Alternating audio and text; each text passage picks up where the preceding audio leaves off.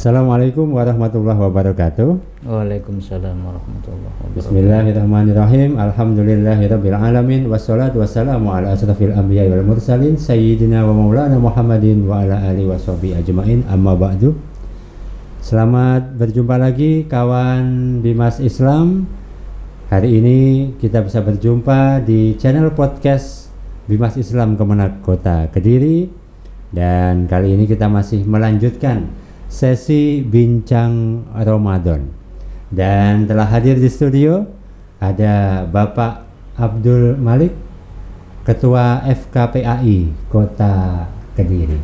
Assalamualaikum Pak Malik. Waalaikumsalam warahmatullahi wabarakatuh. Alhamdulillah kita bisa berjumpa kembali ya. Kali ini di studio podcast Bimas Islam Kemenak Kota Kediri. Ya. Bagaimana aktivitas kepenyuluhan selama Ramadan?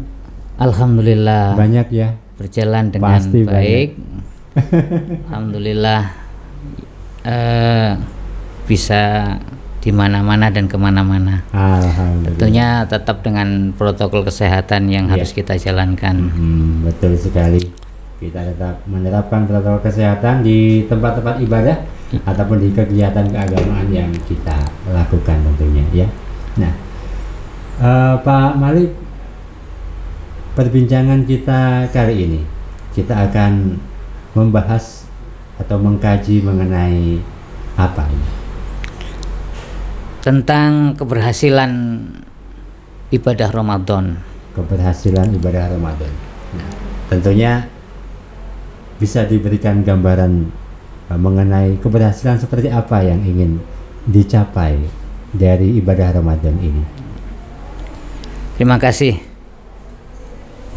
Mas Nuhdi. Assalamualaikum warahmatullahi wabarakatuh. Waalaikumsalam warahmatullahi wabarakatuh. Hamdan wa syukran lillah, salatu wassalamu ala sayyidina Muhammad ibn Abdillah, la khawla wa la quwata illa billah. Para pemirsa yang saya hormati, Ramadan adalah bulan pendidikan. Ramadan mendidik kita untuk hidup lebih baik daripada 11 bulan yang lalu. Ramadan mendidik jasmani dan rohani kita.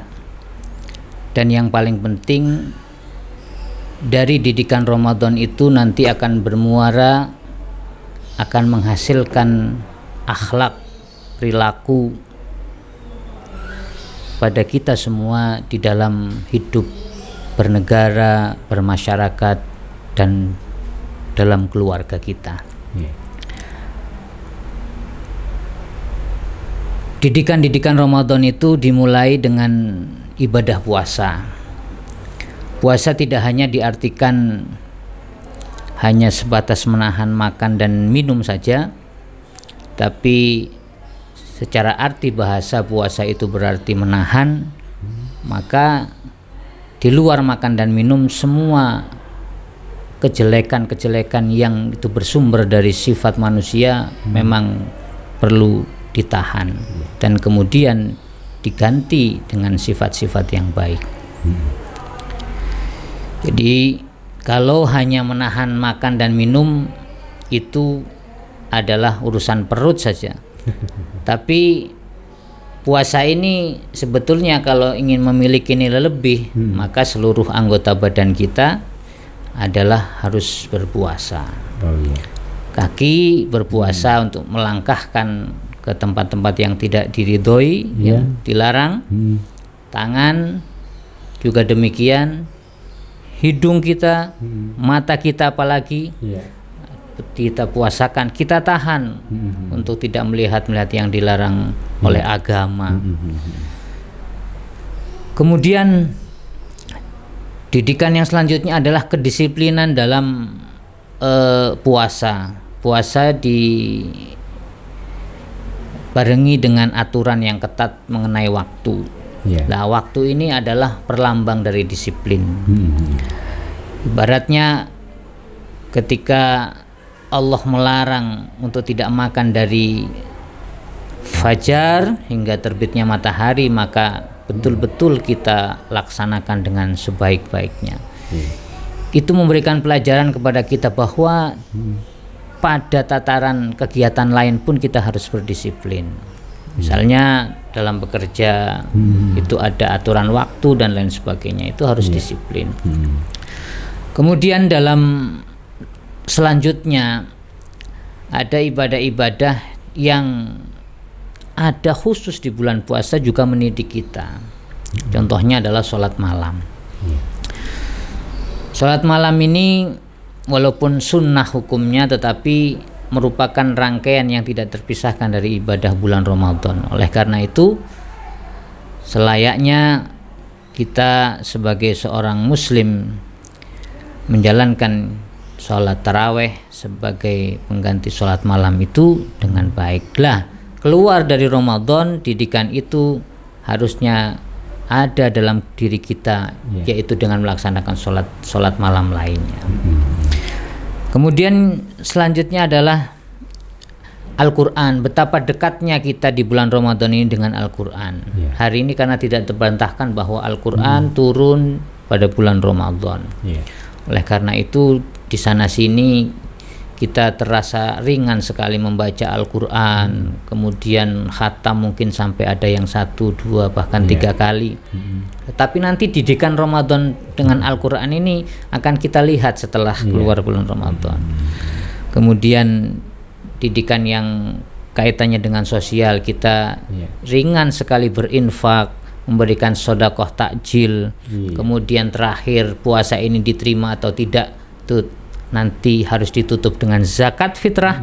Itu adalah kaitannya dengan bahwa semuanya adalah bermuara pada akhlak, pada perilaku sosial kita. Bagaimana kita melihat tetangga kita, bagaimana kita melihat bangsa kita dan lain sebagainya. Saya kira itu mungkin pokok-pokok daripada didikan Ramadan yang mendidik kita, yang biasanya kita jalani dengan sebaik-baiknya. Namun biasanya keluar dari Ramadan semuanya biasanya akan menjadi berkurang atau bahkan tinggal sedikit, bahkan ada yang hilang sama sekali. Dan itu nggak terasa. Nggak terasa. Tertutup euforia. Betul. Jadi itulah yang biasanya terjadi seperti itu. Nah, padahal di dalam Al-Quran itu ketika kita sudah orang yang paling ideal di dalam Al-Quran itu adalah sesuai firman Allah, alladzina qalu rabbunallahu tsumma istaqamu tatanazzalu alaihimul malaikatu alla takhafu wa la tahzanu. Jadi orang-orang yang nanti akan hidup tenang, akan tidak ada ketakutan apapun, hidupnya terasa enak dan sebagainya. Menurut Al-Quran adalah orang-orang yang istiqomah dalam menjalankan apapun yang diperintahkan Allah dan Rasulnya, dan kemudian orang yang baik hubungannya dengan Allah maupun dengan sesama. Dan itu dididik oleh Al-Quran. Tatanazzalu alaihimul malaikah, karena orang-orang yang istaqamu tadi, orang-orang yang istiqomah tadi menjalankan perintah Allah, itu akan selalu diiringi. Allah mengutus malaikatnya untuk berduyun-duyun turun untuk memberikan ketenangan, memberikan rasa ketidaktakutan terhadap apapun yang menimpa kehidupan orang-orang yang istiqomah tadi. Dan itu bisa kita lihat di kehidupan kita, orang-orang yang istiqomah itu ternyata hidupnya lebih tenang dan lain sebagainya. Dan Ramadan ini apakah memang untuk meningkatkan keistiqomahan kita itu juga merupakan salah satu bentuk pendidikan Ramadan, keistiqomahan itu? Betul. Ramadan ini kita dididik untuk istiqomah. Istiqomah utamanya kalau puasa memang kewajiban ya. kewajiban kalau di bulan Ramadan. Tapi nanti setelah ibadah-ibadah sunnah setelah Ramadan memang tidak ada kewajiban puasa. Iya. Hanya sebetulnya kalau kita melihat manfaat puasa bagi seseorang itu, baik secara psikis maupun fisik gitu ya, psikologis maupun fisik, itu orang akan butuh puasa sebetulnya. Orang akan butuh sekali dengan puasa. Bahkan untuk mengobati berbagai macam penyakit yang sekarang ini sudah bervariasi penyakit itu adalah salah satunya adalah dengan terapi puasa. Dengan terapi puasa. Itu puasa. Sehingga apa? Sehingga walaupun tidak wajib, ada puasa-puasa sunnah yang harusnya itu kita lakukan kita istiqomahkan setelah Ramadan ini. Meskipun tidak setiap hari gitu kan. Ada puasa Senin Kemis, ada puasa Yaumul Bid itu ya 3 hari tengah-tengah bulan. Ada puasa-puasa sunnah lainnya. Jadi puasa 30 hari aja kuat. Betul. Betul. Akhirnya apa? Akhirnya ketika di bulan Ramadan itu penyakit-penyakit sembuh, karena kebanyakan penyakit itu kan bersumber dari makanan, gitu kan, dan dari pencernaan, dan itu bisa keluar, bisa hilang dan sebagainya. Salah satunya dengan tidak memakan itu kan, tidak makan artinya puasa. Lah setelah Ramadan kemudian kita balas dendam dengan apa yang ada makanan dan sebagainya, maka penyakit itu datang lagi, kan eman sebetulnya seperti itu. Ibadah-ibadah yang lain, contoh sholat itu kita terasa ringan sekali untuk menjalankan sholat 5 waktu di bulan Ramadan ini. Bahkan tepat waktu, bahkan bisa jamaah itu di masjid itu ya. Itu setelah Ramadan ini nanti betul sregep. Tapi nanti setelah Ramadan itu nanti kita lihatlah keberhasilannya di situ sebetulnya. Ramadan itu sebetulnya hanya mendidik. Keberhasilannya kan setelah didikan itu selesai gitu kan ya. Jadi istilahnya pelatihan. Ya, 1 bulan itu kita dilatih, pelatihan 1 bulan. Lah nanti kita berhasil suksesnya kan setelah Ramadan. Parameter keberhasilan pendidikan Ramadan ini adalah justru ketika setelah Ramadan. Bagaimana perubahannya? Ya meskipun tidak tidak sesempurna bulan Ramadan ya. Misalnya sholatnya, misalnya kemudian sholat malamnya dan sebagainya. Itu ya paling tidak ada bekas-bekas lah. Artinya ketika kita Ramadan betul-betul tujuan dari puasa itu la'allakum tattaqun, itu bekas-bekas ketakwaan itu ya paling tidak kalau di presentase paling enggak 75%, atau ya sekurang-kurangnya 50% lah. Jangan kemudian hilang sama sekali gitu ya, menjadi seperti itu. Jadi justru tolak ukurnya setelah Ramadan. Bagaimana kita melihat pribadi dia setelah Ramadan? Apakah menjadi lebih baik? Apakah kembali biasa-biasa saja? Begitu ya. Sebetulnya tidak hanya Ramadan ya. Kalau orang itu kata sabda Rasul itu kan, kalau ingin menjadi orang yang beruntung itu kan hari ini harus lebih baik dari hari kemarin. Lebih baik apanya? Ya semua aktivitasnya itu kan. Semua aktivitasnya, termasuk ibadahnya, termasuk semuanya yang berkaitan dengan perbuatan yang kepada Allah maupun yang terhadap manusia itu harus lebih baik. Dengan parameter ini aja sudah diketahui gitu kan. Sudah diketahui bahwa orang itu tidak boleh tapi paling enggak ya ben gak rugi teman-teman ya sama gitu kan. Lah ini repotnya sama dengan yang kemarin. Tapi ternyata banyak orang yang setelah keluar bulan Ramadan itu kan Syawalnya justru turun, padahal arti Syawal sendiri adalah peningkatan kan gitu ya. Sebetulnya harusnya meningkat, tapi ya paling tidak jangan hilang sama sekali didikan dari bulan Ramadan ini. Memang pasca Ramadan ini justru menjadi ujian tersendiri. Betul ya. Jika di Ramadan ini kan seakan-akan kita enteng menjalani itu. Ya tadarus Al-Quran wis 1 juz selesai gitu ya, 1 jam selesai. Sholat tarawih yang ada yang 23 gitu ya, 20 kita jalani, ada yang sebelah kita jalani terus. Enteng aja. Betul. Gitu ya. Bangun dini hari jam 3 enteng aja. Enteng aja. Sahur enteng aja. Tapi jajal kelihatannya nanti kan setelah Ramadan bisa atau enggak, walaupun hanya 2 rakaat kan gitu. Enggak usah 23 lagi lah. Enggak usah 11 lagi lah, 2 rakaat saja, nanti witirnya 1 rakaat lah. Itu juga sulit sekali itu. Justru dengan demikian ujian sebenarnya itu bukan di bulan Ramadan. Karena bulan Ramadan ini kita Betul, dididik ya. betul. Tapi cobaannya sebenarnya justru setelah Ramadan. Betul.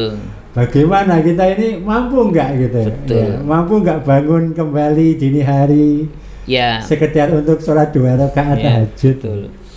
Ya makanya itu tadi bahwa ya Allah menurunkan bulan Ramadan ini dengan segala keistimewaannya. Salah satunya adalah setan-setan itu dibelenggukan mungkin itu ada pada hati seseorang sehingga godaannya tidak begitu berat, apalagi kemudian itu dilakukan oleh semua orang. Kalau dilakukan semua orang itu akan terasa ringan, godaannya ringan sekali. Tapi kalau motivasi kok sama-sama kayak berjamaah gitu. Lah kalau setelah bulan Ramadan kan tidak, kita mau puasa yang lainnya misalnya makan segala macam di depan kita. Itu kan jadi apalagi makannya enak-enak juga. Waduh, berat. Itu ini jadi ujian tersendiri bagi kita ketika mau melaksanakan puasa setelah bulan Ramadan.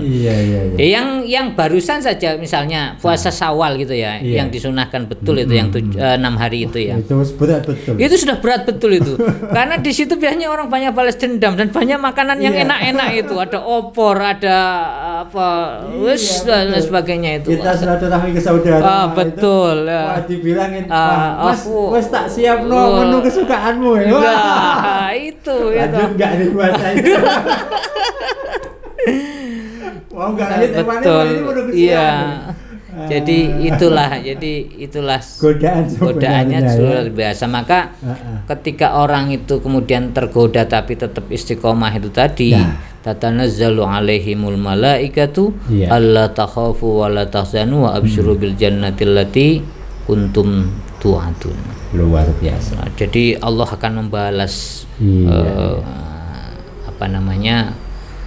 keistiqomahannya itu, dan paling sulit memang di dalam hidup ini menurut saya itu adalah istiqomah dalam segala hal. Betul itu sekali. Sulit sekali, dan apalagi istiqomah di waktu kita sendiri. Betul. Kalau ada kawannya ada yang memotivasi. Tapi waktu kita sendirian bisa istiqomah itu. Betul. Itu memotivasi diri sendiri untuk istiqomah. Kalau istiqomah dalam kebaikan itu sulitnya luar biasa. Tapi kalau istiqomah dalam kejelekan itu gampang sekali itu. Pakai bolone, banyak fasilitas. Contoh misalnya orang kalau untuk istiqomah kasarnya poso atau sholat itu luas biasa, godanya berat sekali. Tapi istiqomah ngerokok itu enak sekali. Itu istiqomah banget itu mesti ya toh. Ngopi cangkruan itu pasti itu. Harusnya hiburannya itu. Betul lah. Ngopi itu jamnya ngopi ya pasti ngopi. Istiqomah itu orang-orang itu wes kalau nggak ngopi katanya ngopi dan sebagainya. Bahkan belum masuk kantor ngopi. Ngopi sih atau bahkan pulang kantor ngopi sih. Itu bukan kejelekan, tapi guyonan saja. Artinya memang hal-hal yang seperti itu mudah, tapi untuk istiqomah dalam kebaikan dan menjalankan perintah-perintah Allah itu luar biasa dan sulitnya minta. Baik Pak Malik, terima kasih telah hadir di podcast Mas Islam. Semoga setelah Ramadan berakhir kita betul-betul menjadi pribadi yang lebih baik, pribadi yang lebih istiqomah, dan memang kita mencerminkan betul keberhasilan pelatihan atau pendidikan kita selama di bulan Ramadan, sehingga setelah Ramadan kita tercetak menjadi pribadi yang fitrah, yang lebih baik, lebih beriman, lebih sregep ibadah, istilahnya seperti itu ya. Karena ujiannya ini setelah Ramadan ujiannya sudah setelah Ramadan yang berat ya. Karena kita harus bisa mengistiqomahkan diri sendiri. Kegiatan-kegiatan Ramadan dibawa ke bulan setelahnya Ramadan. Itu idealnya seperti itu. Kalau tidak minimal ya ada bekas-bekas ketakwaan itu ya. Baik, oke, terima kasih. Semoga kita mampu untuk menjadi pribadi yang lebih baik. Amin. Sahabat umat Islam, demikian perbincangan kita untuk sesi kali ini. Insya Allah kita akan berjumpa di lain kesempatan dengan kajian yang berbeda pula. Wallahul muwaffiq ila aqwamit thoriq. Wassalamualaikum warahmatullahi wabarakatuh. Waalaikumsalam warahmatullahi wabarakatuh.